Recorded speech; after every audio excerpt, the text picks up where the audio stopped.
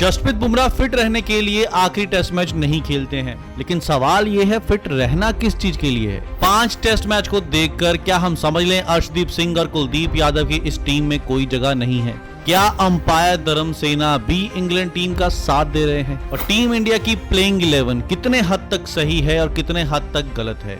और 204/6 team India के लिए कितना सेफ होने वाला है? तो चलिए गाइस, बिना टाइम खोटी किए सीधा मुद्दे पर चलते हैं और बात करते हैं जसप्रीत बुमराह की।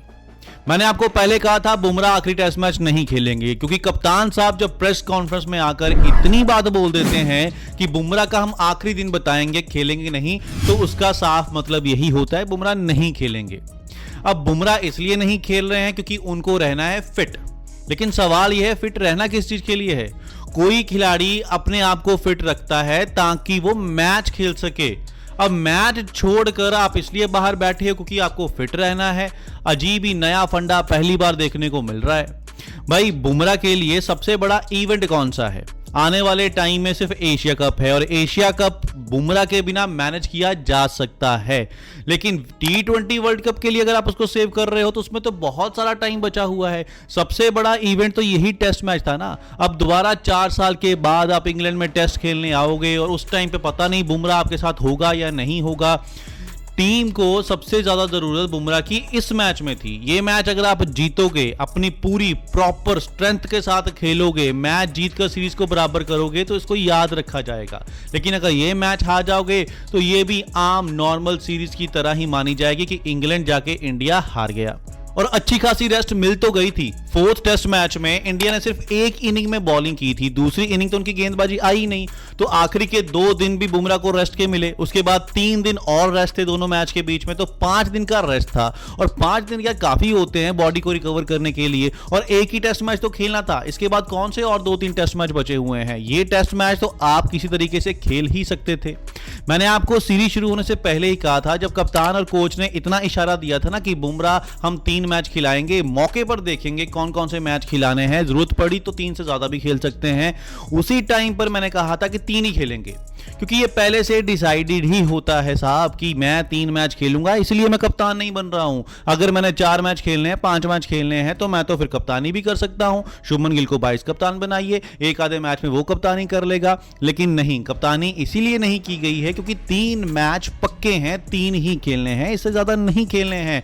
कंडीशन जैसी मर्जी हो, इंडिया जीत रहा हो हार रहा हो, कोई फर्क नहीं पड़ता है। भाई साहब, आप लोगों का पता नहीं, लेकिन मैं तो टोटली डिसअपॉइंटेड हूं बुमराह के ये टेस्ट मैच ना खेलने से, क्योंकि इसके बाद मुझे नहीं लगता कोई और इससे बड़ा कोई बिग इवेंट होगा। अब टीम इंडिया की प्लेइंग 11 की भी बात कर लेते हैं। टीम इंडिया ने अर्शदीप सिंह और कुलदीप यादव को एक बार फिर से नहीं खिलाया। कहा यह जा रहा है कि अर्शदीप सिंह की जो इंजरी है वो भी फुली रिकवर नहीं हुई है, थोड़ा सा कट अभी भी बाकी है, इसलिए उनको नहीं खिलाया गया है। कुलदीप यादव जो टूर के साथ गए हुए हैं, 2-2.5 महीने वहां पर रहते हैं। अगर आपने अर्शदीप सिंह का ब्लॉग देखा होगा, उसमें कुलदीप यादव की थोड़ी सी झलक आपको दिखेगी। उसके फेस पर निराशा दिखती है, वो बंदा खुश नहीं दिखता। खुश कैसे हो सकता है? 2 महीने आप किसी बंदे को साथ में रखो और वो टीम इंडिया का प्राइम स्पिनर हो और उसको एक भी मैच ना खिलाया जाए, चेहरे पर कैसे खुशी आ सकती है? कुलदीप यादव को आपने इस टेस्ट मैच में नहीं खिलाया, चलो समझ में आया, विकेट ग्रीन थी, इंग्लैंड ने तो एक भी स्पिनर नहीं खिलाया है, तो इंडिया के पास तो फिर भी 2-2 स्पिनर हैं, तीसरे को खिलाएंगे तो टीम कॉम्बिनेशन में मुश्किल हो जाएगी। लेकिन जो पहले के 4 टेस्ट मैच थे जहां पर स्पिनर को मदद मिल सकती थी, वहां भी आपने कुलदीप यादव को मौका नहीं दिया। या तो आप सीधा साफ लफ्जों में कह दो कुलदीप यादव को, साहब बल्लेबाजी सीख के आइए। अगर आप बल्लेबाजी रविंद्र जडेजा या वाशिंगटन सुंदर जैसी कर सकते हो, तभी हम आपको टीम में जगह रखेंगे, अदरवाइज आपकी टीम में कोई जगह नहीं है। आप जितनी मर्जी फिरकी डाल लो, जितनी मर्जी स्पिन कर लो, स्पिन से हमारा कोई मतलब नहीं है। स्पिनर हम वही ऐड करेंगे जिसको बल्लेबाजी करनी भी आती होगी। मैं यहां पर मैनेजमेंट को गलत नहीं बोल रहा हूं, मैं बस ये कह रहा हूं कि आप कुलदीप यादव को साथ रखते ही क्यों हो? उसको रिलीज कर दो, उसको बोल दो भाई England tour, Australia tour, south Africa पर तेरी जरूरत नहीं है, तेरे को हम सिर्फ इंडिया में ही खिलाएंगे। साफ साफ उसको ये मैसेज दे दो। ऐसे बिना मतलब के 2-2, 3-3 महीने टूर में साथ में रखना, बंदे का फ्रस्ट्रेशन लेवल जो है वो बढ़ जाता है और अपने आप में जो कॉन्फिडेंस होता है वो भी कहीं ना कहीं गिर जाता है। पांचवें टेस्ट के पहले दिन आपने देखा होगा एक बॉल साई सुदर्शन के पैड पर टकराती है और जैसे पैड पर टकराती है गेंदबाज अपील करता है और अपील इतनी जोरदार होती है कि इंग्लैंड को लगता है कि ये साफ साफ आउट है, लेकिन साथ में धर्मसेना साहब ऐसा इशारा कर देते हैं कि ये बल्ले पर लग के गया है, जबकि साफ साफ अंपायर को ये इंस्ट्रक्शन दी गई होती है कि आप कोई भी रिएक्शन नहीं दोगे, क्योंकि जब से डीआरएस आया है अगर अंपायर ही बता देगा कि ये लेग साइड से बाहर जा रही है, हाइड है या बल्ले पर लगी हुई है, तो फिर तो सामने वाली टीम को फायदा हो जाएगा, वो डीआरएस लेगा ही नहीं, उसके डीआरएस खत्म होंगे नहीं। लेकिन मैं आपको बताऊं यहां पर धर्मसेना की कोई इंटेंशन इंग्लैंड को हेल्प करने की नहीं थी, ये एक अंपायर की मसल पावर होती है। कई बार ऐसा होता है अपील इतनी जोरदार हो जाती है कि अंपायर क्या होता है एक्शन का रिएक्शन निकल जाता है कि जैसे ही एक्शन हुआ, अपील हुई, अंपायर जल्दी जल्दी में बता देता है कि यार नहीं ये बल्ले पे टकराई है, मैं इसलिए आउट नहीं दे रहा हूं, या लेग साइड जा रही है इसलिए आउट नहीं दे रहा हूं, बस इतना ही मुद्दा था। कोई इंटेंशन नहीं थी कि इंग्लैंड के साथ धर्मसेना मिल गए हुए, नहीं, बहुत अच्छा अंपायर है यार, इतने अभी से थोड़ी अंपायरिंग कर रहा है, सदियों से अंपायरिंग कर रहा है, वो कितने साल हो गए उसको अंपायरिंग करते हुए, तो उसकी अंपायरिंग के ऊपर डाउट करना तो सवाल ही पैदा नहीं होता। मगर हाँ, आपको इतना तो ध्यान रखना ही पड़ेगा साहब, आप इंटरनेशनल लेवल पर अंपायरिंग कर रहे हो तो आपको ये चीजें समझनी पड़ेंगी कि आपकी तरफ से रिएक्शन नहीं आना चाहिए। अगर आप रिएक्शन दोगे तो एक टीम को हेल्प जरूर मिल जाएगी और वो आपको नहीं करनी है। टीम इंडिया ने जो प्लेइंग 11 खिलाई है वो आखिरी टेस्ट मैच के लिए कितनी की सही है?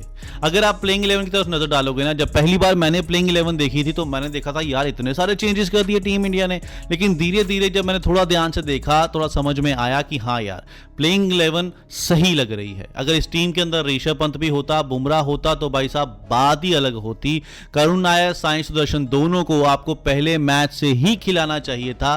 पहले टेस्ट मैच में आपने खिलाया, लेकिन अगले टेस्ट मैच में आपको साई सुदर्शन को बाहर कर दिया और फिर 2 टेस्ट मैच खिला के आपने करुण नायर को बाहर कर दिया। अब जाके आपने इन दोनों को खिलाया है तो बहुत अच्छी बात है। बल्लेबाजी हमारी स्ट्रांग दिख रही है। बॉलिंग अगर विकेट देखी जाए, ग्रीन विकेट है, तो ग्रीन विकेट के हिसाब से प्रसिद्ध कृष्णा की सिलेक्शन मुझे लगता है यहां बहुत इंपॉर्टेंट होने वाली है। प्रसिद्ध कृष्णा के पास बाउंस है, अगर वो बाउंस गेंद करेंगे तो काफी ज्यादा उनको बेनिफिट मिल सकता है। यहां पर वो आपका एक की गेंदबाज होने वाला है। लेकिन मुझे ये बात समझ में नहीं आती कि 4th टेस्ट मैच में भी प्रसिद्ध कृष्णा अवेलेबल थे, तब आपने प्रसिद्ध कृष्णा को ड्रॉप करके बाहर इंडिया से एक स्पेशली बंदा बुलाया, अंशुल कंबोज, उसको सीधा प्लेइंग 11 में शामिल कर लिया। तब प्रसिद्ध कृष्णा को आपने क्यों शामिल नहीं किया और इस मैच में आपने प्रसिद्ध कृष्णा को ऐड कर लिया? बस यही कुछ चीजें समझ में नहीं आती हैं कि इस चीजों से आप खिलाड़ियों का हौसला तोड़ रहे हो। प्रसिद्ध कृष्णा जिसको आप बेस्ट 15 में चूज करके लेके आते हो, उसको ऐसा नहीं लगेगा अगर मैं बेस्ट 15 में हूं तो आप बाहर से किसी बंदे को खिला के मुझसे ऊपर क्यों खिला रहे हो? ये थोड़ी सी चीजें हैं, ये टीम में एकता लेके आते हैं, टीम में अच्छा माहौल बना के रखते हैं। अगर इन चीजों का ध्यान रखा जाए तो मुझे लगता है टीम इंडिया के अंदर कोई भी कमी नहीं रहेगी। लेकिन विकेट के हिसाब से, कंडीशन के हिसाब से प्लेइंग 11 बेस्ट लग रही है। तो पहला दिन तो लगभग बारिश में ही चलता रहा, कभी बारिश आई कभी गई, 60 ओवर का ही खेल हो पाया और टीम इंडिया ने 204 स्कोर बना दिए। लेकिन 204 स्कोर बनाने के लिए 6 विकेट का नुकसान भी हो गया टीम इंडिया को। आपको पता है इंग्लैंड में जब भी ओवरकास्ट कंडीशन होती हैं, जब भी बारिश वाला मौसम हो जाता है तो गेंदबाजों को बहुत हेल्प मिलती है, और जब गेंदबाजों को हेल्प मिलती है उसके सामने 204 स्कोर बना लेना मुझे लगता है एक बहुत अच्छी बात है टीम इंडिया के लिए। अभी भी टीम इंडिया के जो 2 बल्लेबाज खेल रहे हैं वो अच्छी खासी बल्लेबाजी करते हैं। करुण नायर तो वेल सेटल लग रहे हैं, 50 स्कोर बना भी चुके हैं, और उनके साथ खेल रहे हैं वाशिंगटन सुंदर जिन्होंने पिछले मैच में शतक बनाया था। तो इन दोनों को कम से कम पहला या दूसरा सेशन खेलना पड़ेगा। पहले सेशन में तो कोई भी विकेट ना दें तो अच्छी बात है। अगर ये कर लेते हैं 300 350 का स्कोर अगर पहली इनिंग में बना लेते हैं तो इस विकेट पे मुझे लगता है एक अच्छा स्कोर होने वाला है। करुण नायर अगर शतक बना दें, भाई साहब अपनी सिलेक्शन को जस्टिफाई कर दें तो मजा ही आ जाए। करुण नायर का ये 2nd हाईएस्ट स्कोर है। मानते हो आप सबसे हाईएस्ट क्या है उनका? 300 से ऊपर का स्कोर, और दूसरा हाईएस्ट क्या बनाया? 50 का स्कोर। तो मतलब इतना फर्क है इन दोनों परफॉर्मेंसेस के अंदर। अब करुण नायर के इस 50 को 100 में कन्वर्ट करना है और टीम इंडिया को एक अच्छी पोजीशन पर लेकर आना है। तो दूसरा दिन टीम इंडिया के लिए बहुत इंपॉर्टेंट होने वाला है। देखना पड़ेगा टीम इंडिया के लिए इस दिन क्या क्या फेवर में रहता है और क्या क्या अगेंस्ट जाता है। इन सारी चीजों को नोट करके हम मिलेंगे अगली वीडियो में। आज की वीडियो में इतना ही। जाते जाते आप सबको शुभकामनाएं। आपका दिन मंगलमय हो। जो वीडियो देख रहा है उसका भी और जो नहीं देख रहा उसका भी।